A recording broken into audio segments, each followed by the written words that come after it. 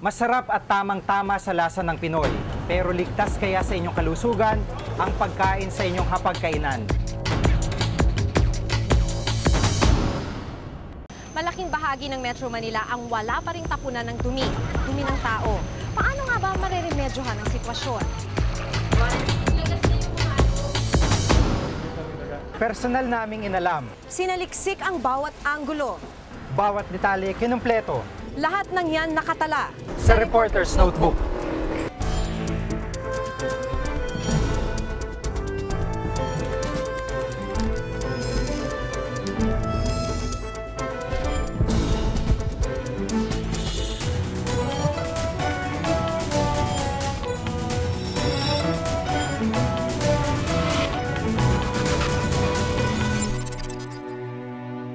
Ang nilaga hindi kumpleto kung walang sawsawang patis.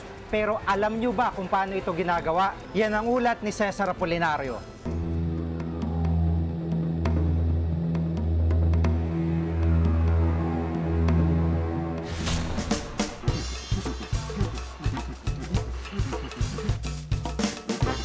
Ang mga Pinoy may kakaibang kultura, may kakaibang panlasa. Bawat ulam may partner na sausawan.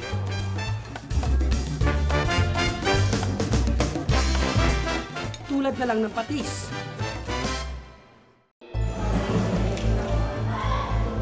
Ang nabota sa isa sa mga nangungunang supplier ng isda sa Kamaynilaan. Narito kasi ang fish port na daungan ng mga mangingisda. Kaya bahagi na ng buhay ng mga taga rito ang paggawa ng patis. Nagkalat ang maliliit na paggawaan na kadalasan ay sa tabi lang ng mga kabahayan. Ang paggawaang ito, mistulang tabing dagat sa dami ng malalaking bato. Para saan po ulit yung mga bato? Ganyan, para kasi yung maangat yung isda, oh. Ang taas niya, no? Inaagiw na ang lugar. Ang walis tingting na kanyang pinanglinis sa agiw, ginamit din niyang panglinis sa ibabaw ng patisan. Ba't may ipis dun? Ipis. Ayun. Eh, mabuti, makit mo, konti doon ang galing yan, doon sa lubak doon, no? Nagtakbuhan dyan. Hindi naman yan pupunta dito Hindi. Pag napunta sila dyan, patay sila. Maalat yan, eh. Nagkalat din ang mga sira-sirang kahoy at simento, pero tila baliwala ito sa may-ari. Ayan o, pwede na ba yan? Ayan, pwede na yan. Puro yan, puro. Puro. Hindi raw nila na ipapacheck ang kanilang produkto sa Bureau of Food and Drugs o BFAD. Malayo raw kasi ang ahensya. Pinapacheck din po ba natin yan sa ano? Sa mga... Noon dati, ngayon, malayo na yung food and drug, eh, malayo na. Kada araw umaabot sa 10 galong patis ang nagagawa nila. Nirerepak ito ng mga bumibili sa kanila para ibenta sa palengke. Ang sunod naming pinuntahan, iniipis na ang paligid ng ginagawang patis.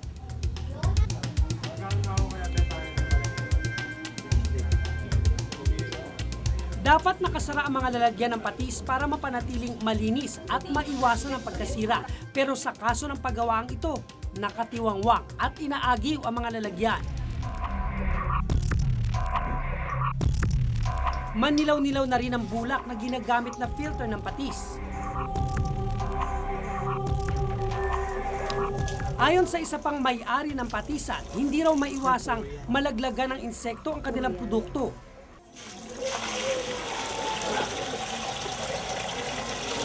Yan ho, ba't mong ginaganyan po ulit? para masala ng gusto yung ano, yung mga sumasama doon.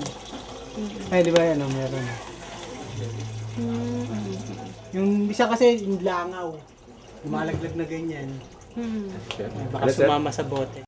Hindi rin ligtas sa ulan ang pinoprosesong patis. Kaya minsan pag ano, akala nila marumi yung patis, hindi nila alam sa mga hose lang yun. Di ba may uod minsan sa iba? Sa hose lang yung madumi. Pero sa hose lang yun kasi may dinapuan ng langaw. Oo. Binisita namin ang Health and Sanitation Office ng Navotas. Rehistrado raw lahat ng patisan nila. Pero matapos naming ikwento ang aming mga nabisitang patisan, Sa ngayon dito, lahat naman ng kwan namin dito registered naman dito sa amin . Yun, hindi ako aware na may mga siguro yung sinasabi mong backyard. Wala kaming kasi yung aking mga sanitary inspector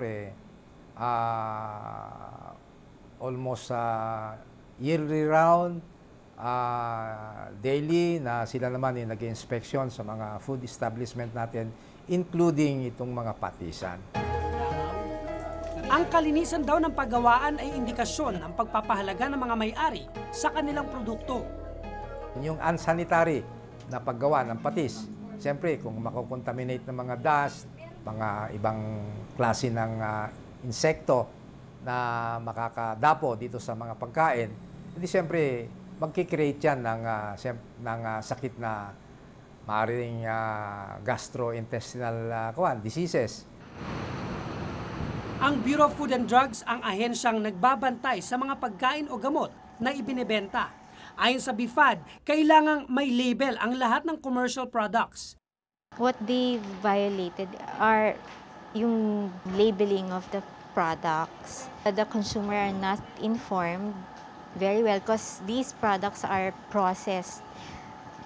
We can call this processed food even though it is sold in the wet market.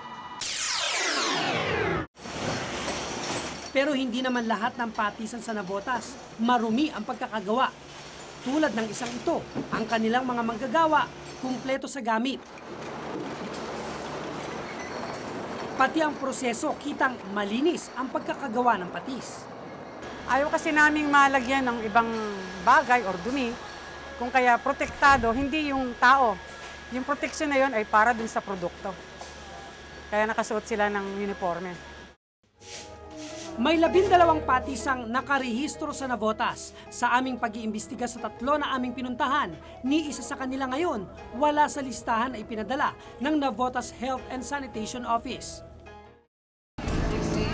Sa sobrang taas sa mga presyo, natutuwa tayo sa mga pagkaing mura at masarap. Pero hindi rin laging malinis ang paggawa ng mga ito. Ang inaasahan nating magbantay, mga ahensya ng gobyerno at lokal na pamahalaan.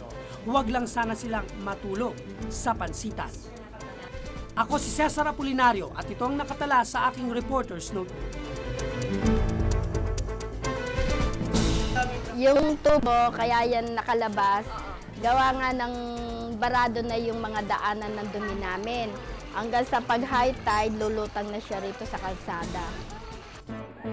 Abangan na Sabado sa investigador. Kinikilala siyang doktor. 4 months. Hindi ako nakapag-aaral ng medicine. Dito lang ako, sir. May stethoscope at nagtuturok ng anesthesia. Pero pag nag-opera, blade lang ang gamit niya. Laruan lang sa akin, sir. Yung isip ko, wala po akong kaba. Hindi ko talaga ako kinakabahan hanggang sa ngayon niya, sir.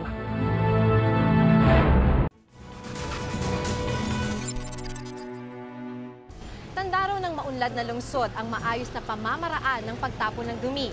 Kung ganon, talagang napag-iiwanan ang Kamaynilaan. Dito, hindi pa ganap na maayos ang tapunan ng dumi ng tao o sewerage kung tawagin. At lumalala pa raw ang problema dahil sa pagdami ng mga pamayanan. Ang problemang yan nakadetalye sa ulat ni Ruth Cabal.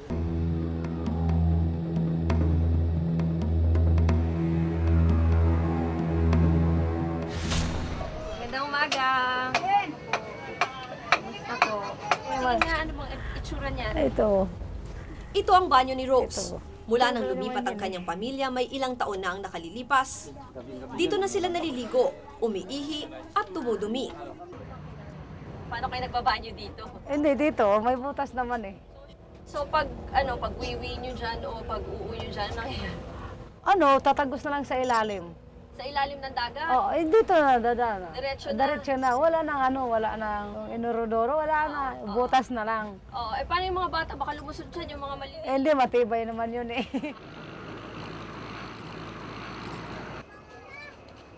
Tabing ilog ang kanyang tahanan. Ang 8 niyang anak, dito na lumaki. Pero nito lang 2 ng Hulyo, namatay sa diarrhea ang 2 taong gulang niyang anak. Dumiraw lahat sa tubig, ganyan. Tapos naglalabasan yung bulate dito sa ilong, sa tainga, sa bunganga. Halinhinan lang daw sa pagkakasakit ang mga anak ni Rose. Kunting tibot na yan sa mga anak yan, sakit yan. Tapos nagtatae yan, ganyan yan sila. Ang gagawin ko, dahil wala kaming pera, mag-ano na ako ng dahon-dahon para ipainom sa kanila.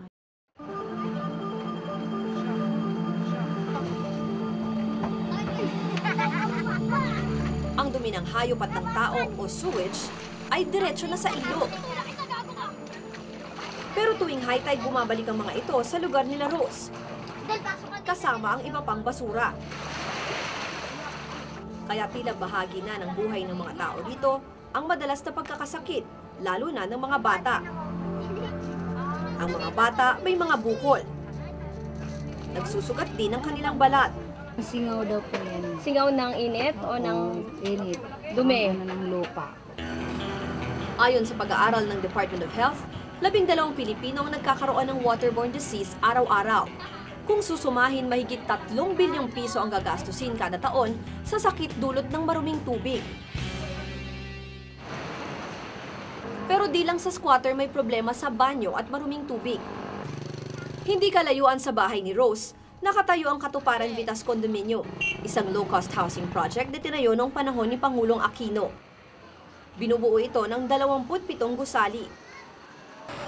Sa likod ng mga gusali, sala-salabat ang tubo mula sa kusina at sa banyo. Yung tubo, kaya yan nakalabas, gawa nga ng barado na yung mga daanan ng dumi namin. Hanggang sa pag high tide, lulutang na siya rito sa kalsada. Ang mga extension ng bahay, sinakop ang espasyo para sa mga kanal. Kaya ang dumi ng mga tao, lumulutang kapag may konting ulan at lalo na kapag high tide. Barado rin ang kanal dahil sa mga basurang nakatambak. Hindi po. Paliwanag ng sanitary engineer na si Lito Santos, hindi na kinaya ng Poso Negro ang dami ng taong nakatira sa kondominium. Fresh waste ito, galing sa kumpita. Yung mga Poso Negro rito, undersized na sa panahon ngayon. Dahil yung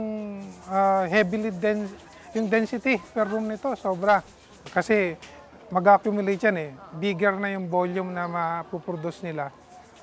So this size really requires to have a sewage treatment plant.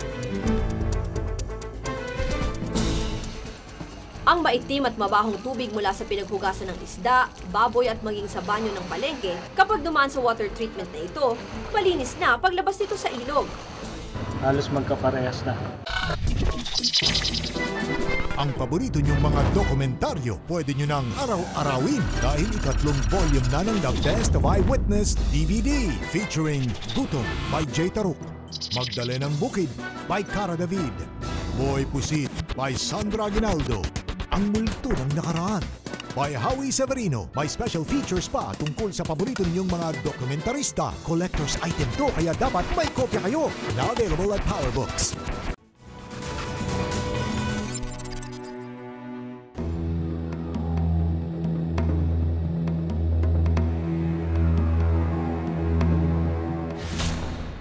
Ayon kay Engineer Santos, maaari daw ilapit ang problema sa Maynilad Water Services, ang kumpanyang nagsusupply ng tubig sa kondominium.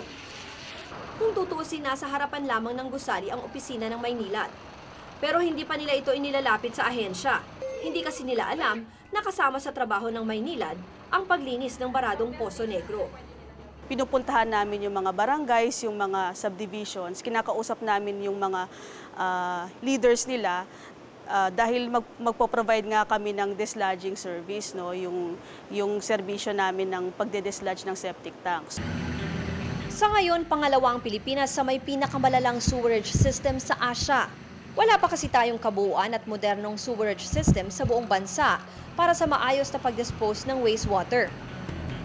Ang sewerage system ay koneksyon ng mga tubo mula sa isang bahay o commercial establishment kung saan dumadaan sa isang wastewater treatment facility ang maruming tubig para malinis bago ilabas sa mga ilog at dagat. Ang meron lang ngayon ay mga individual na septic tanks sa mga bahay na tinatanggalan ng basura kada 5 hanggang 7 taon. Hindi enough. There are other treatments after the septic tank that must be done. Kailangan mas malaking planta na pan-treatment ang kailangan mo para matreat yung... May mga bahay din na nakakonekta ang tubo direkta sa supplier tulad ng Manila Water o Maynilad. Pero ang problema dito sa mahigit 9 na milyong customer ay wala pang 4 na po ang wastewater treatment facility. Tuloy ang ibang wastewater mula sa mga tubo, direktang lumalabas sa mga ilog, dahilan kung bakit patay na ang ilang ilog sa Metro Manila. Yung standards hindi pa rin nagbabago eh.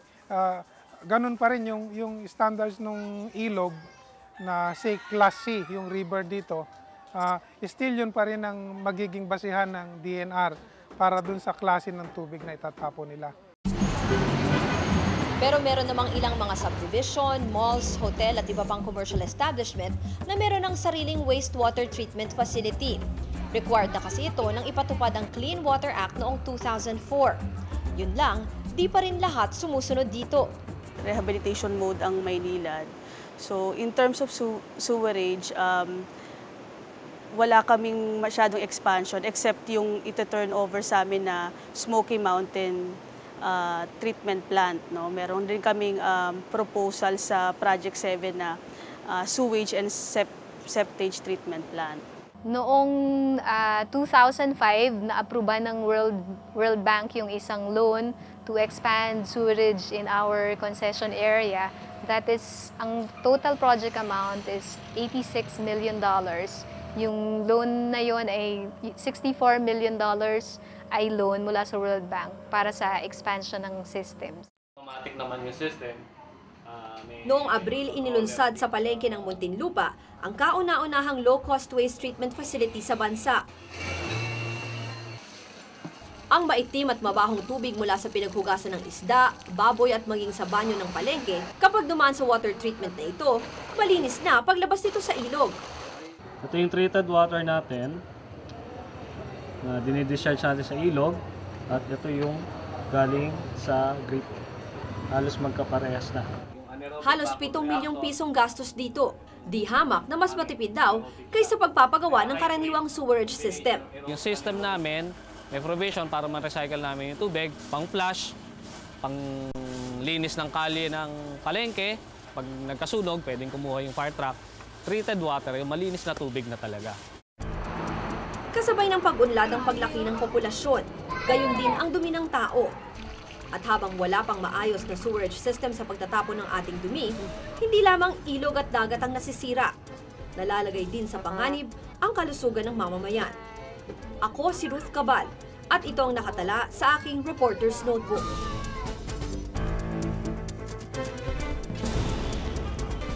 Wala na akong pwedeng utangan.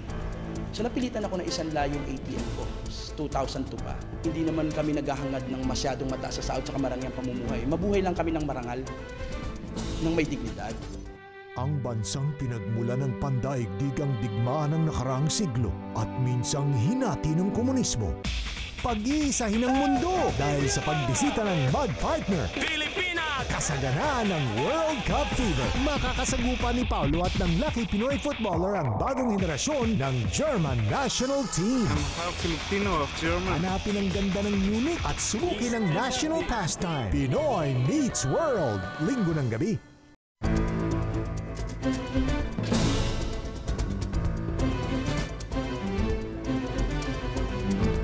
Ngayong hapon, ang ating pagsasalarin sa Pilipino to ay ang antas ng paggamit ng wika.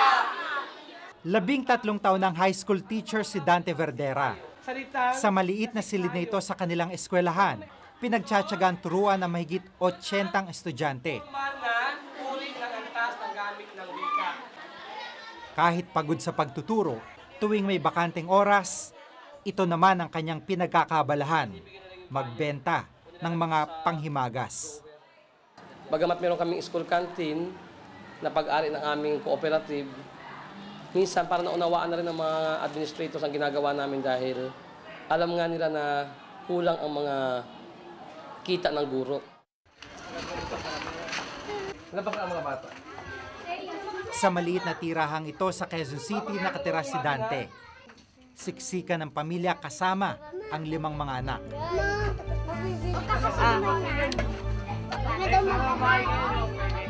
Tuwing Sabado at Linggo, abala pa rin siya sa iba't ibang klase ng pagkakakitaan.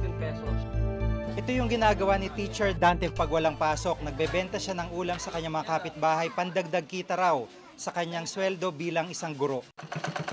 Pagkatapos magtinda, pananahi naman ng basahan ang pinagkakabalahan ni Dante. Sa barangay namin, minsan may mga patay doon, wala silang makuha kapag dasal. Ako naman, dahil galing akong probinsya, sanay ako sa mga pagdasal sa patay.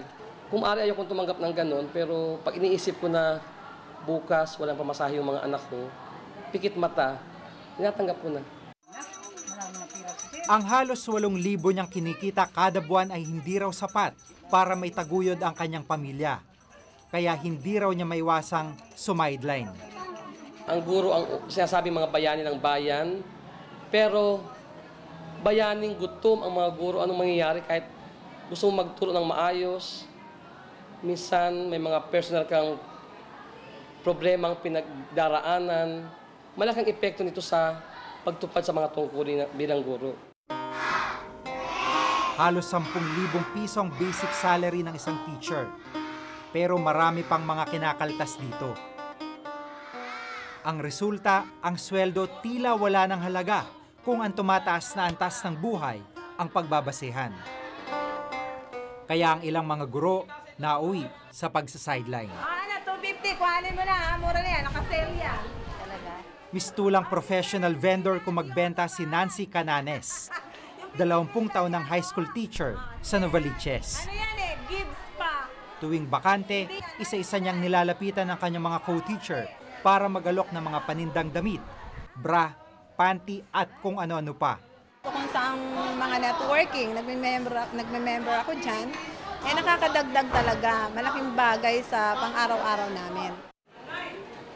Profesional ang mga guro, pero sila raw ay mga gutom. Bugbog na sa trabaho, pero kakarampot naman ang kinikita.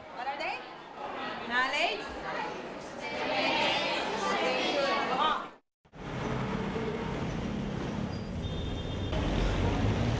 Bago pumasok sa kanyang tinuturo ang klase sa hapon, ito naman ang racket ni Melchor Cayabyab, high school teacher. Nag-aalok ng insurance sa mga tao. Medyo ano lang ho yan, mababa ang interest ho. Breadwinner ako na kasi ako yung umuupa ng bahay namin. Tapos kahit papaano kalahati ng pagkain kasi yung mga magulang ko matanda na rin.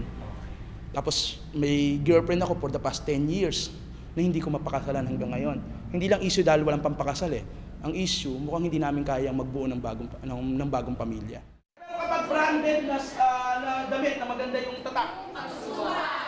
Ang pinagsama-samang kita mula sa sahod at kanyang sideline ay hindi pa rin daw sapat. Kaya suki raw siya ng mga pautangan. Pati nga ATM niya, nakasangla na. Wala na akong pwedeng utangan. So napilitan ako na isanla yung ATM ko, 2002 pa. Hindi naman kami naghahangad ng masyadong mataas sa sahod sa marangyang pamumuhay. Mabuhay lang kami ng marangal, ng may dignidad.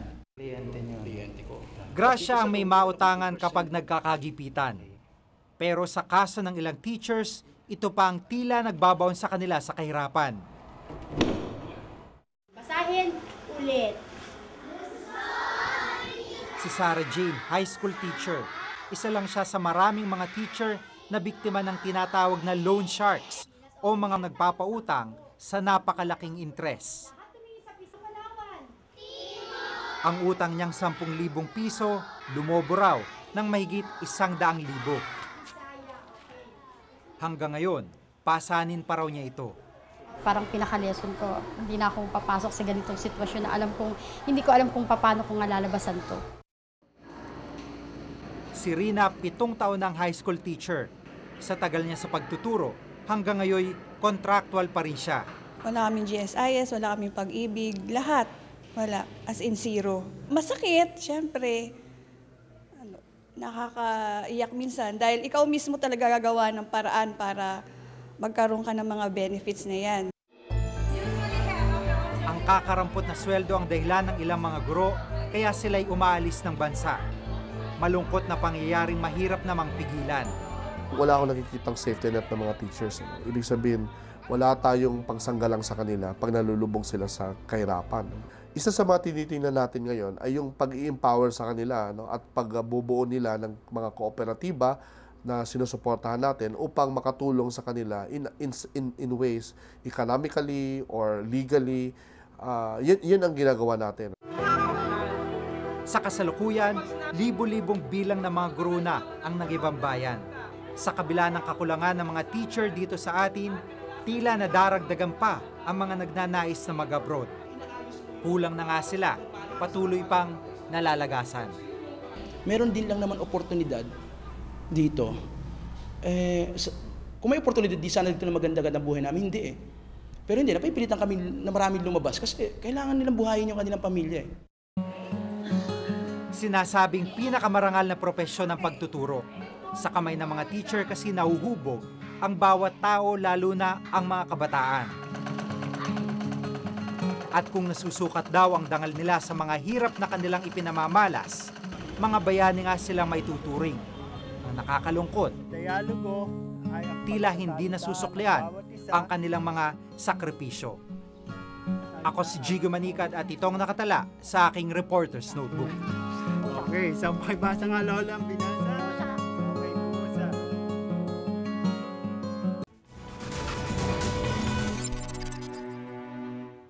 Kung may nais kayong ipasiyasat na isyo balita, maaari kayong tumawag sa aming numerong 928-7021, local 1424. Maaari rin po kayo mag-email sa reportersnotebook@gmanetwork.com. Para sa malalimang pagtingin sa mga issue at balita, samahan niyo kaming muli sa susunod na Martes. Ako si Maki Pulido. Ako si Jigo Manicad at ito ang Reporter's Notebook.